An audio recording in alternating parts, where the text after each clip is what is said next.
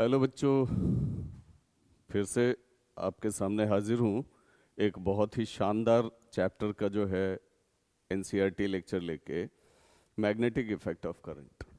इसके सारे NCERT questions जो है वो आज हम लोग करेंगे बेटा, ठीक है। और इलेक्ट्रिसिटी हो गया, मैग्नेटिज्म हो गया, ये सब तो काफ़ी इंपॉर्टेंट चैप्टर बनते हैं स्कूल के एग्ज़ाम के ख्याल से भी, बोर्ड के एग्ज़ाम के ख्याल से भी, आप जानते ही हो। और अगर आप बोर्ड एग्जाम में नहीं हो तब तो बात ही क्या है, ठीक है, तब तो बहुत अच्छी तरह से स्टडी करो, ठीक है। चलो लेक्चर स्टार्ट करते हैं। इसका पहला क्वेश्चन है बेटा, why does a compass needle get deflected when brought near a bar magnet. जब कंपास निडल को आप बार मैग्नेट के सामने लाते हो तो सिंपल सी बात है, निडल भी एक मैग्नेट है, ठीक है, और बार मैग्नेट तो मैग्नेट है ही। दोनों का मैग्नेटिक फील्ड एक दूसरे से टकराता है, एक दूसरे पर इंटरेक्ट करता है, और इंटरेक्ट करेगा तो क्या होगा बेटा, डिफ्लेक्ट होगा। सिंपल सी बात है, यही क्वेश्चन है। बाकी आंसर्स लिखे हुए हैं, आप पढ़ भी सकते हो इसको। Draw magnetic field lines around a bar magnet. आता ही होगा, बहुत आसान सा क्वेश्चन है, ठीक है। एक बार मैग्नेट है, इसका मैग्नेटिक फील्ड लाइन जो है वो हम लोगों को ड्रॉ करना है, ठीक है। तो कैसे ड्रॉ करेंगे, तो आपको पता है कि इसका जो मैग्नेटिक फील्ड लाइन है वो नॉर्थ से निकल करके साउथ की तरफ जाता है, ठीक है। अब चाहो तो अपने से भी इसको ड्रॉ कर सकते हो, ठीक है। ये नॉर्थ हो गया, ये साउथ हो गया। फील्ड लाइंस नॉर्थ से साउथ की तरफ जा रही है एक्सटर्नली, और इंटरनली भी चाहो तो ड्रॉ कर सकते हो, पैरेलल कर देना बेटा, और उसको साउथ से किसके तरफ दिखा देना, नॉर्थ के तरफ दिखा देना। चलो अगला question, list the properties of magnetic lines of force. अब ये मैग्नेटिक लाइंस ऑफ फोर्स जो है या मैग्नेटिक फील्ड लाइंस जो है उसकी प्रॉपर्टी क्या है, ठीक है। तो ये एक्सटर्नली किधर से किधर जाता है, नॉर्थ से साउथ की तरफ, और दूसरा इंटरनली किधर से किधर आता है, तो साउथ से नॉर्थ की तरफ, ठीक है। बाहर में मैग्नेटिक फील्ड नॉन यूनिफॉर्म होता है, और अंदर में मैग्नेटिक फील्ड कैसा होता है बेटा, यूनिफॉर्म होता है, ठीक है। फील्ड पर ये क्लोजर होता है, सॉरी पोल पर ये क्लोजर होता है, फील्ड में ये वाइडर होता है। यही सब ना प्रॉपर्टी है इसकी। मैग्नेटिक फील्ड लाइन की क्या प्रॉपर्टी है बताओ, यही सब प्रॉपर्टी है कि नॉर्थ से निकलता है, साउथ की तरफ जाता है, फिर वो अंदर में, अंदर से देखें तो साउथ से नॉर्थ की तरफ आता है, ठीक है। अंदर में यूनिफॉर्म होता है, बाहर में नॉन यूनिफॉर्म होता है। ये मैग्नेटिक फील्ड लाइंस कभी भी एक दूसरे को इंटरसेक्ट नहीं करता है, पोल पर क्लोजर होता है, फील्ड में वाइडर होता है, ठीक है। आपने पढ़ा हुआ ही होगा इसको। Why don't two magnetic lines of force intersect each other? देखो बेटा, कोई भी दो मैग्नेटिक फील्ड लाइन एक दूसरे को इंटरसेक्ट नहीं करेगा, ठीक है। क्योंकि फील्ड लाइन का डायरेक्शन हम लोग एक्सपेरिमेंटली कैसे निकालते हैं, कंपास की मदद से निकालते हैं। अब सिंपल सी बात है कि अगर कोई भी दो मैग्नेटिक फील्ड लाइन मान लो इंटरसेक्ट कर जाता है, तो एक ही पॉइंट पर जो पॉइंटर है उसका मैग्नेटिक कंपास का, वो कितने डायरेक्शन को शो करेगा, दो डायरेक्शन को शो करेगा। जबकि एक पॉइंट पर शो कितना डायरेक्शन करना चाहिए, एक ही डायरेक्शन शो करना चाहिए। अब दो डायरेक्शन शो हो रहा है, ये तो पॉसिबल नहीं है ना। इसलिए लिखा जाता है कि मैग्नेटिक फील्ड लाइंस एक दूसरे को इंटरसेक्ट नहीं कर सकती, क्योंकि अगर इंटरसेक्ट करती है तो एक ही पॉइंट पर दो डायरेक्शन शो होगा, जो कि पॉसिबल नहीं है।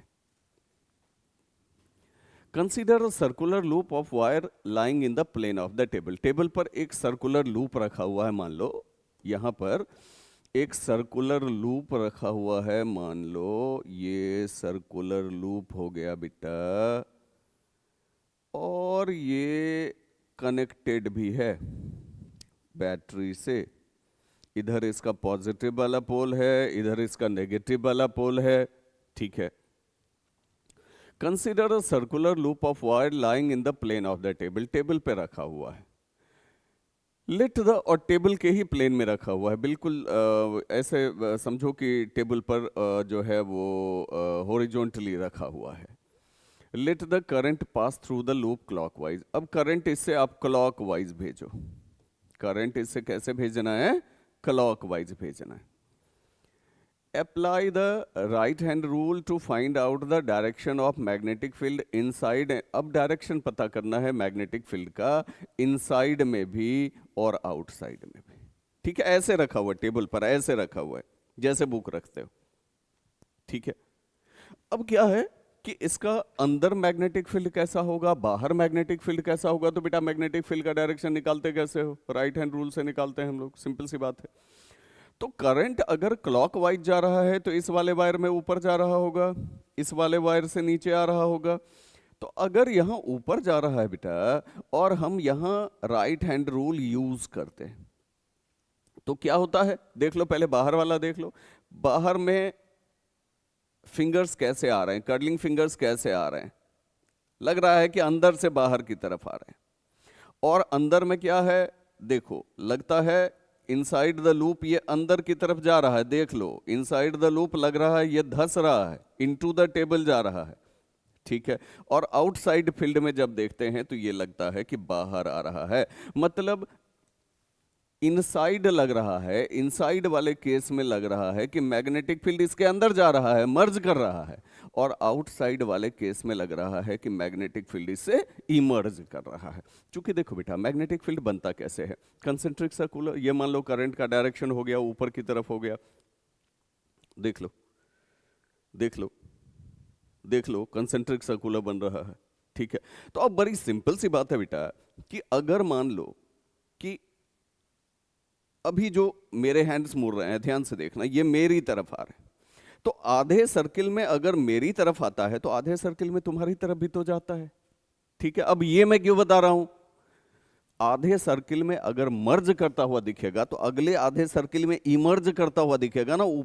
आधे सर्किल में लग रहा है कि अंदर धंस रहा है तो बाकी आधे सर्किल में ऊपर आता हुआ नजर आ रहा होगा ना। तो इनसाइड द लूप लगता है अंदर जा रहा है, आउटसाइड द लूप लगता है बाहर निकल रहा है, ठीक है। यहां भी सेम केस है, यहां भी आप हैंड जो है वो अरेंज करके राइट हैंड इसको फाइंड आउट कर ही सकते हो, समझ में आ गया होगा आपको। The magnetic field in a given region is uniform, draw a diagram to represent it. अब यूनिफॉर्म मैग्नेटिक फील्ड दिखाना है, पता है आपको कि यूनिफॉर्म मैग्नेटिक फील्ड है तो मैग्नेटिक फील्ड लाइंस जो है उसका डायरेक्शन सबसे पहले सेम होगा, ठीक है। और ये इक्वी डिस्टेंट होगा, मतलब एक दूसरे के पैरेलल होगा, ठीक है। और हर लाइन दूसरे लाइन से इक्वी डिस्टेंट भी होगी, ठीक है। इसलिए सीधा सीधा लिखा जाता है कि भाई डायरेक्शन भी सेम होना चाहिए, मैग्नेटिक फील्ड लाइंस के बीच डायरेक्शन भी सेम होना चाहिए और डिस्टेंस भी सेम होना चाहिए, तो मैग्नेटिक फील्ड यूनिफॉर्म हो जाता है। और इस तरह से इसको हम लोग ड्राउ करते हैं। Choose the correct option. The magnetic field inside a long straight solenoid carrying current. अब कोई भी सोलेनोइड है, कोई भी सोलेनोइड है, तो सोलेनोइड किसके जैसे एक्ट करता है बताना, बार मैग्नेट के जैसे एक्ट करता है। एक तरफ नॉर्थ पोल बनता है, एक तरफ साउथ पोल बनता है, ठीक है। कनेक्ट कर देंगे, इसको कनेक्ट कर देंगे, सोर्स से कनेक्ट कर देते हैं हम लोग, इलेक्ट्रिक सोर्स से कनेक्ट कर देते हैं, ठीक है। तो होता क्या है ना कि बाहर तो मैग्नेटिक फील्ड जो है वो नॉर्थ से साउथ की तरफ जा रहा है, अंदर कैसे आ रहा है, साउथ से नॉर्थ की तरफ आ रहा है, एग्जैक्टली बार मैग्नेट के जैसे, ठीक है। इलेक्ट्रिक सोर्स, ठीक है। तो अब कह रहा है कि choose the correct option. The magnetic field inside a long straight solenoid carrying current is zero, ना भाई, is the same at all the points, uniform होता है ना अंदर में। Which of the following property of a proton can change? Proton को तो मास भी होता है, ठीक है, यही क्वेश्चन होगा शायद। Which of the following property of a proton can change while it moves freely in a magnetic field? Magnetic field में वो फ्रीली मूव कर रहा है, प्रोटॉन मूव कर रहा है मैग्नेटिक फील्ड में, ठीक है। तो क्या क्या हो सकता है, ठीक है। तो उसकी वेलोसिटी चेंज हो सकती है, उसका मोमेंटम चेंज हो सकता है, ठीक है, क्योंकि मूव कर रहा है मैग्नेटिक फील्ड में। अब मैग्नेटिक फील्ड में मूव करेगा तो हो सकता है कि उसका डायरेक्शन चेंज हो। तो वेलोसिटी जो है वो तो बेटा वेक्टर फिजिकल क्वांटिटी है ना, ठीक है। तो डायरेक्शन चेंज होगा तो वेलोसिटी चेंज हो जाएगी। अगर स्पीड कांस्टेंट भी होता है तो भी डायरेक्शन चेंज होने के चांसेस हैं, ठीक है। वैसे स्पीड भी चेंज होने के चांसेस होते हैं, ठीक है। मतलब ओवरऑल वेलोसिटी चेंज होती है, ठीक है। और चूंकि मास है, प्रोटॉन में मास होता है ना, इलेक्ट्रॉन का मास नेग्लिजिबल है, मास है, वेलोसिटी भी है, ठीक है। तो वेलोसिटी चेंज भी हो रही है, तो मास और वेलोसिटी को कंबाइन करते हो, मल्टीप्लाई करते हो, क्या आता है, मोमेंटम आता है। तो अगर वेलोसिटी चेंज हो रही है तो मोमेंटम भी चेंज हो सकता है, ठीक है। तो वेलोसिटी मोमेंटम दोनों यहां ऑप्शन में ले लोगे। How do we think the displacement of rod A B will be affected if, ठीक है, डिस्प्लेसमेंट ऑफ ए बी मतलब ए बी पर फोर्स लग रहा है, ठीक है, फ्लेमिंग्स लेफ्ट हैंड रूल, और फोर्स का वैल्यू बेटा क्या आ जाता है, बी आई एल, ठीक है। तो फोर्स कब बढ़ सकता है, जब मैग्नेटिक फील्ड बढ़ा दो तो भी फोर्स बढ़ेगा, जब करंट बढ़ा दो तो भी फोर्स बढ़ेगा, जब लेंथ बढ़ा दो, length in contact of magnetic field वो बढ़ा दो तो भी फोर्स बढ़ेगा। तो अब सिंपल सी बात है कि करंट अगर इंक्रीज करते हो तो डिस्प्लेसमेंट इंक्रीज करेगा, फोर्स बढ़ेगा, डिस्प्लेसमेंट बढ़ेगा। स्ट्रॉन्गर हॉर्स टू मैग्नेट लेते हो मतलब मैग्नेटिक फील्ड बढ़ा रहे हो तो भी फोर्स बढ़ेगा, तो भी डिस्प्लेसमेंट बढ़ जाएगा। और length of rod A B is increase, अब वो जो रॉड है, ठीक है, उसका मैग्नेटिक फील्ड कांटेक्ट में जो लेंथ है उसको भी बढ़ाते हो तो भी फोर्स बढ़ेगा। मैंने पहले ही बताया मैग्नेटिक फील्ड बढ़ा दो, करंट बढ़ा दो, लेंथ बढ़ा दो, तीनों ही केस में फोर्स बढ़ेगा, और फोर्स बढ़ेगा तो डिस्प्लेसमेंट भी ज्यादा होगा, है ना। तो हर एक चैप्टर में इसके बाद मैग्नेटिज्म का एग्जाम्पलर आ जाएगा, हर एक चैप्टर में मैंने इसी तरह बहुत आराम से बहुत ही शानदार तरीके से समझाने की कोशिश की है, बिल्कुल क्रिस्टल क्लियर तरीके से समझाने की कोशिश की है, ठीक है। और अगर आप बोर्ड एग्जामिनी हो तब तो लेक्चर को ज्यादा से ज्यादा दोस्तों में शेयर कर दो ताकि सबको फायदा हो जाए, सारे क्वेश्चंस एक जगह उसको पढ़ने के लिए समझने के लिए मिल जाएं, है ना। और अगर आप चैनल पे नए हो तो चैनल को तो निश्चित ही सब्सक्राइब कर दो, क्योंकि लगातार ऐसे ही वीडियो लेक्चर्स आपको मिलते रहते हैं, है ना। A positively charged particle, alpha particle, projected towards west is deflected towards north by a magnetic field. A positively charged particle, alpha particle, projected towards west is deflected towards north by a magnetic field. The direction of magnetic field is, चलो ठीक है, तुम जहां खड़े हो, अब देखो alpha पर पॉजिटिव चार्ज होता है तो अल्फा का जो डायरेक्शन है वो क्या माना जाएगा, बताना जा सा। अल्फा का डायरेक्शन क्या माना जाएगा, करंट का डायरेक्शन माना जाएगा, ठीक है। आपने पढ़ा ही होगा कि अगर मान लीजिए मैग्नेटिक फील्ड में अल्फा जा रहा है तो अल्फा जा रहा है तो करंट का भी डायरेक्शन यही मान लेंगे चूंकि अल्फा पॉजिटिव है। लेकिन अगर मैग्नेटिक फील्ड में इलेक्ट्रॉन जा रहा है, ठीक है, इस टाइप का एक प्रॉब्लम है एग्जाम्पलर में, ठीक है, कि इलेक्ट्रॉन जा रहा है तो करंट के डायरेक्शन को जस्ट इसके अपोजिट माना जाता है, क्योंकि इलेक्ट्रॉन जाता है नेगेटिव टू पॉजिटिव, करंट होता है पॉजिटिव टू नेगेटिव, ठीक है। लेकिन अल्फा भी जा रहा है पॉजिटिव टू नेगेटिव और करंट भी जा रहा है पॉजिटिव टू नेगेटिव, तो जो अल्फा का डायरेक्शन है, ध्यान रखना इस चीज को जो मैं बता रहा हूं, जो अल्फा का डायरेक्शन है वही करंट का डायरेक्शन माना जाता है, ठीक है। अब तुम जहां खड़े हो, ठीक है, अब लेफ्ट हैंड यूज कर लो, लेफ्ट हैंड यूज कर लो, क्योंकि कह रहा है कि किधर डिफ्लेक्ट होगा भाई, मतलब फोर्स किधर लगेगा। तो अल्फा जा रहा है भाई वेस्ट की तरफ, मैं यहां खड़ा हूं, इधर वेस्ट है, तो ये है करंट का डायरेक्शन, जिधर अल्फा जा रहा है वेस्ट की तरफ जा रहा है, ये हो गया करंट का डायरेक्शन। अब क्या होता है, इज डिफ्लेक्टेड टुवर्ड्स नॉर्थ, ठीक है, और ये जो है ये बेटा मेरे नॉर्थ में, मेरे नॉर्थ का डायरेक्शन है, ठीक है। तो वेस्ट में जा रहा है, अल्फा वेस्ट में जा रहा है, और थंब जो है वो नॉर्थ में जा रहा है, डिफ्लेक्ट हो रहा है नॉर्थ की तरफ, ठीक है। तो बेटा इंडेक्स फिंगर ओपन करना, मैग्नेटिक फील्ड किधर जा रहा है, अपवर्ड जा रहा है। ये सिर्फ देख के मत समझना, मैंने इन डिटेल बता दिया है तुमको, करके देखना। अपना जो है अपना मिड फिंगर वेस्ट की तरफ, थंब नॉर्थ की तरफ, फिर बाद में इसको जो है इंडेक्स को खोलना, देखना ये अपवर्ड जाता है, इसीलिए ऑप्शन में यहां अपवर्ड हो जाएगा बेटा। Name two safety measures commonly used in electric circuit and appliances. भैया इलेक्ट्रिक सर्किट में जो तुम लगाते हो क्या क्या लगाते हो, सेफ्टी मेजर में क्या लगाते हो, फ्यूज लगाते हो, अर्थ वायर लगाते हो, एमसीबी लगाते हो, यही सब लगाया जाता है। An electric oven of 2 kilowatt is operated in a domestic electric circuit. 2 kilowatt का कोई ओवन है, उसको डोमेस्टिक सर्किट 220 वोल्ट में लगाते हो, that has a current rating of 5 ampere. तुम्हारे सर्किट का जो करंट रेटिंग है वो है 5 ampere. What result do you expect. अब 5 एम्पियर वाले में तुम जो है 2 किलोवाट ओवन लगा देते हो। अच्छा मेरे कहने से क्या होगा, देख लो, खुद से देख लो बेटा। तुम्हारा सर्किट का जो करंट है, तुम्हारा सर्किट का जो करंट रीडिंग है ये है 5 एम्पियर, कैपेसिटी है 5 एम्पियर। अब इसका पावर, जो ओवन का पावर है ये है 2 किलोवाट, 2 किलोवाट। वोल्टेज है 220 वोल्ट, तो 2 किलोवाट मतलब 2000 वॉट हो गया बेटा। अब इसका करंट डिमांड देखते हैं। P is equal to V I जानते ही हो, तो I is equal to P by V हो जाएगा बेटा, इज इक्वल टू 2000 बाई 220 हो जाएगा, 111। ठीक है, तो ये लगभग 9 एम्पियर के आसपास डिमांड कर रहा है, और तुम्हारे सर्किट की कैपेसिटी है 5 एम्पियर। अब बताओ तुमने ओवरलोडिंग करवा दिया कि नहीं करवा दिया? ओवरलोडिंग करवा दिया कि नहीं करवा दिया? तुम्हारी कैपेसिटी है कि तुम अपने माथे पर 10 केजी बोझ लेके चल सकते हो, मैंने वहां पर 20 केजी डाल दिया, ओवरलोडिंग हो गया ना तुम पे। तो सर्किट पर अगर ओवरलोडिंग करोगे, ठीक है, तो ओवर हीटिंग होगा, फ्यूज के ब्लोन होने के चांसेस हैं, आग लगने के चांसेस हैं, कई सारी परेशानियां हो सकती है, पढ़ा हुआ है तुमने।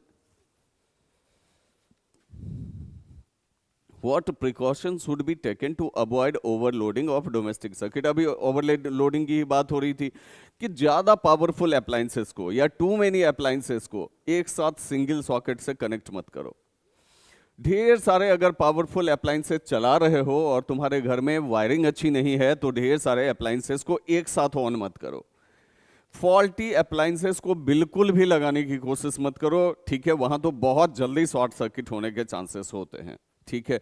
और फ्यूज का तो निश्चित ही यूज करना चाहिए, ताकि जैसे ही ज्यादा लोड पड़ेगा, ज्यादा करंट जो है वो जाने का कोशिश करेगा, फ्यूज तुरंत जो है ब्लोन हो जाएगा, फ्यूज वायर ब्लोन हो जाएगा, सर्किट ही डिस्कनेक्ट हो जाएगा, ठीक है ना। तो ओवरलोडिंग या शॉर्ट सर्किट वगैरह जो है इस सबसे बचने के ये तरीके हो सकते हैं। अब चलो बेटा एक्सरसाइज में चलते हैं। Which of the following correctly describes the magnetic field near a long straight wire? ठीक है, अब लंबा सा स्ट्रेट वायर है तो मैग्नेटिक फील्ड कैसा होगा पता ही है तुमको, कंसेंट्रिक सर्कुलर होगा, मैग्नेटिक फील्ड पैटर्न में पढ़ा हुआ है तुमने। At the time of short circuit the current in the circuit, short circuit के समय में क्या होता है, करंट घट जाता है, ये चेंज ही नहीं करता है, कंटिन्यूअसली कम या ज़्यादा होता रहता है, कुछ नहीं होता है भैया, बहुत इंक्रीज कर जाता है, ठीक है, बहुत इंक्रीज कर जाता है, हीट बहुत पैदा हो जाती है, आग भी लग जाती है। State whether the following statements are true और फॉल्स, ट्रू फॉल्स देखना। An electric motor converts mechanical energy into electrical energy, बिल्कुल गलत। इलेक्ट्रिक मोटर में क्या करते हो आप, इलेक्ट्रिसिटी डालते हो, ठीक है, फिर वो मशीन चलती है, तो इलेक्ट्रिकल टू मैकेनिकल होता है ना, ठीक है, इलेक्ट्रिकल टू मैकेनिकल कन्वर्ट होता है। जनरेटर में मैकेनिकल टू इलेक्ट्रिकल जो है वो कन्वर्ट होता है, ठीक है। अब पढ़ोगे जनरेटर इसी प्रिंसिपल पे काम करता है, ठीक है, जहां जहां मैग्नेटिक फ्लक्स डिस्टर्ब होता है वहां पर जो है इलेक्ट्रॉन्स फ्लो करने लगते हैं, करंट जनरेट हो जाता है। तो वो मैकेनिकल को इलेक्ट्रिकल में बदलता है, कौन, जनरेटर। वो ऐसे समझो कि जनरेटर करंट पैदा करता है, ठीक है, तो मैकेनिकल टू इलेक्ट्रिकल आता है, लेकिन मोटर को तो करंट देते हैं ना, वो इलेक्ट्रिकल टू मैकेनिकल जाता है, ठीक है। तो मैकेनिकल टू इलेक्ट्रिकल पॉसिबल नहीं। An electric generator works on the principle of electromagnetic induction, बिल्कुल सही। वो जो इलेक्ट्रिसिटी पैदा करता है उस फेनोमेना को इलेक्ट्रोमैग्नेटिक इंडक्शन कहते हैं बेटा। The field at the center of long circular coil carrying current will be parallel straight lines, बिल्कुल सही, मैंने अब पहले ही बता दिया था आपको, ठीक है, कि कोई लंबा सा सर्कुलर कॉइल है, ठीक है, जैसे सोलेनॉइड है, तो अब उसका मैग्नेटिक फील्ड जो है वो बार मैग्नेट के जैसे होता है, तो अंदर में यूनिफॉर्म होता है, पैरेलल होता है, ठीक है, वही कह रहा है, पैरेलल स्ट्रेट लाइंस, बिल्कुल सही है। A wire with a green insulation is usually the live wire, ना बेटा, ग्रीन इंसुलेशन अर्थिंग के लिए मोस्टली यूज किया जाता है। List 2 methods of producing magnetic field, magnetic field कैसे पैदा कर सकते हो, तो आप इलेक्ट्रिक करंट पास कर दो ना स्ट्रेट कंडक्टर से, स्ट्रेट कंडक्टर से पास करोगे, कंसेंट्रिक सर्कुलर मैग्नेटिक फील्ड बनेगा। सोलेनॉइड से पास कर दो, bar magnet like magnetic field बनेगा, या सर्कुलर लूप से आप पास कर दो तो भी मैग्नेटिक फील्ड बनेगा। When is the force experienced by a current carrying conductor placed in a magnetic field largest? Simple सी बात है, लार्जेस्ट कब होगा, फोर्स लार्जेस्ट कब होता है, जब करंट परपेंडिकुलर होता है मैग्नेटिक फील्ड पर, करंट परपेंडिकुलर होता है मैग्नेटिक फील्ड पर, तो फोर्स का वैल्यू बेटा क्या आ जाता है, लार्जेस्ट आ जाता है। Imagine that you are sitting in a chamber with your back to one wall. चलो मान लो तुम चैम्बर में बैठे हुए हो, तुम्हारी पीठ एक दीवार की तरफ है। An electron beam moving horizontally from back wall towards the front wall. एक इलेक्ट्रॉन बीम आ रही है, अभी मैंने बताया था उसके अपोजिट लिया जाता है करंट। इलेक्ट्रॉन बीम आ रही है पीछे से आगे की तरफ, ठीक है, तो करंट किधर आएगी, तुम्हारी तरफ, तुम्हारी तरफ ना। अरे इलेक्ट्रॉन बीम तुमसे दूर जा रही है तो करंट किधर आएगी, तुम्हारी तरफ आएगी, ठीक है। आगे देखते हैं। An electron beam moving horizontally from back wall towards the front wall is deflected by a strong magnetic field to your right side, ठीक है। अब वो जो इलेक्ट्रॉन बीम जा रही थी वो डिफ्लेक्ट हो गई तुम्हारे राइट साइड, तो डायरेक्शन ऑफ मैग्नेटिक फील्ड निकालो, ठीक है। करंट किधर, इलेक्ट्रॉन किधर जा रही है, आगे की तरफ, करंट किधर आएगी, तुम्हारी तरफ, तो उंगली जो है, मिड फिंगर जो है, अपनी तरफ घुमा लो, ठीक है। और डिफ्लेक्शन किधर होता है, फोर्स किधर लगता है जी, तुम्हारे राइट साइड, राइट साइड लगा दो, ठीक है। करंट तुम्हारी तरफ हो गया, डिफ्लेक्शन राइट साइड हो गया। इंडेक्स ओपन करो, किधर जाता है, देख लो किधर जाता है, वर्टिकली डाउनवर्ड जाता है, ठीक है। तो ये खुद से करके देखना, सिर्फ मेरे समझाने में मत रह जाना, खुद से इसको करके देखना, 2-3 बार करके देखना, क्योंकि यही क्वेश्चन बोर्ड एग्जाम में आएगा, ऐसी बात नहीं है बेटा, इस टाइप के क्वेश्चंस आएंगे। तो जब प्रैक्टिस करके जाओगे, जब सारी बातें तुम्हारी समझ में आएगी अच्छी तरह से, तो किसी भी टाइप का कोई भी क्वेश्चन आएगा, यू कैन सॉल्व दैट, ठीक है। State the rule to determine the direction of. अब रूल बताओ। Magnetic field produce around a straight conductor, भैया right hand rule. Force experienced, force के लिए तो वही रूल है ना, कौन सा, लेफ्ट हैंड रूल, फ्लेमिंग का। When does an electric short circuit occur? Short circuit कब होता है जी, तो जब लाइव और न्यूट्रल वायर जो है वो एक दूसरे के कांटेक्ट में आता है, ठीक है। देख लो, an electric short circuit occurs when the insulation of wires is damaged। मान लो लाइव और न्यूट्रल दोनों का इंसुलेशन डैमेज हो गया, ठीक है, दोनों कांटेक्ट में आ गया, या कोई फॉल्ट वाला अप्लायंस, कोई जो है अप्लायंस पहले से ही गड़बड़ है, उसको हमने सर्किट में कनेक्ट कर दिया। Due to this the live wire and the neutral wire come in contact and the current in the circuit increases abruptly. Current बहुत ज्यादा बढ़ जाता है, या तो तुमने कोई फॉल्टी अप्लायंसेस कनेक्ट कर दिया, या लाइव और न्यूट्रल वायर एक दूसरे के कांटेक्ट में आ गया, ठीक है, तो करंट सर्किट में एब्रप्टली इंक्रीज कर जाता है, ठीक है, और ये शॉर्ट सर्किट के लिए केस बन जाता है, शॉर्ट सर्किट का केस कहलाता है। What is the function of an earth wire? Why is it necessary to earth metallic appliances? ठीक है भैया, अर्थ वायर का फंक्शन क्या है, तो कहीं भी सर्किट में करंट लीक करता है, आपने पढ़ा हुआ है, कहीं भी सर्किट में करंट लीक करता है, ठीक है, तो उसको जो है लो रेसिस्टेंस जोन में, मतलब अर्थ में उसको जो है डंप कर देता है, कौन, अर्थ वायर, ठीक है। देख लो, the earth wire is connected to a metallic plate buried deep inside the earth. अब अर्थ के अंदर गहरा सा गड्ढा खोद के, ज्यादा गड्ढा खोद के एक मेटालिक प्लेट डाल दिया जाता है, और उसमें एक मेटालिक रॉड जो है उसका पहले से ही वेल्डिंग कर दिया जाता है उस प्लेट में, जैसे फैन होता है ना, स्टैंड फैन, उसी टाइप का। नीचे बेस होता है, फिर उस पर रॉड होता है, ठीक है, फिर ऊपर में जो है फैन लगा हुआ रहता है, तो बेस और रॉड उसी तरह से जो है वेल्डिंग कर लिया जाता है, उसको धरती के अंदर डाल दिया जाता है, ठीक है, और उससे वायर लाके फिर सारे के सारे सर्किट में भेजा जाता है, कनेक्ट किया जाता है। In this way the metallic body of the appliance is connected to the earth. Metallic body को तुमने अर्थ में डाल दिया, which provides low resistance conducting path for electric current. जो लो रेसिस्टेंस पाथ है, जैसे ही करंट लीक करेगा सटाक से उसमें चला जाएगा, तुरंत उसमें चला जाएगा, ठीक है।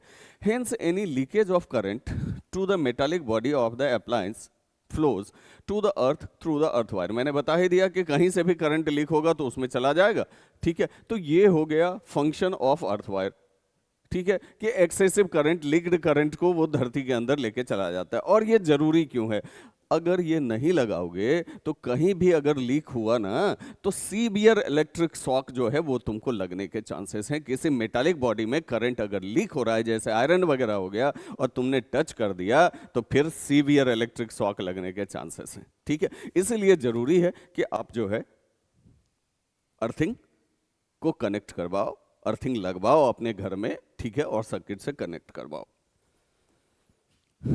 ओके बेटा, तो ये थे एनसीईआरटी के क्वेश्चंस, मैग्नेटिज्म के एनसीईआरटी के क्वेश्चंस थे, ठीक है। आप इसको बहुत अच्छी तरह से पढ़ लो, बहुत ही अच्छी तरह से पढ़ लो, एक एक क्वेश्चन को माइन्यूटली स्टडी करो, क्योंकि बोर्ड एग्जाम्स हैं आपके, ठीक है। और जस्ट इसके बाद अपलोड करवा दूंगा, रिकॉर्ड कर दूंगा, अपलोड करवा दूंगा आपके लिए लेक्चर इसके एग्जाम्पलर के, ठीक है। क्योंकि बच्चों को ज्यादा परेशानी इलेक्ट्रिसिटी के क्वेश्चन में होती है, मैग्नेटिज्म के क्वेश्चन में होती है, ऑप्टिक्स का क्वेश्चन तो बच्चे जो है वो किसी ना किसी तरह से अच्छी तरह से ही बना लेते हैं, है ना। तो आप यहाँ बहुत ज्यादा फोकस करो, वैसे एक एक चैप्टर पे फोकस करो, क्योंकि एग्जाम में तो हर चैप्टर से क्वेश्चन आने हैं बेटा, ठीक है। और मेरा जितना सहयोग हो सकेगा, जितना मैक्सिमम हेल्प मैं कर पाऊंगा उतना करूंगा आपके लिए, ठीक है। Thank you.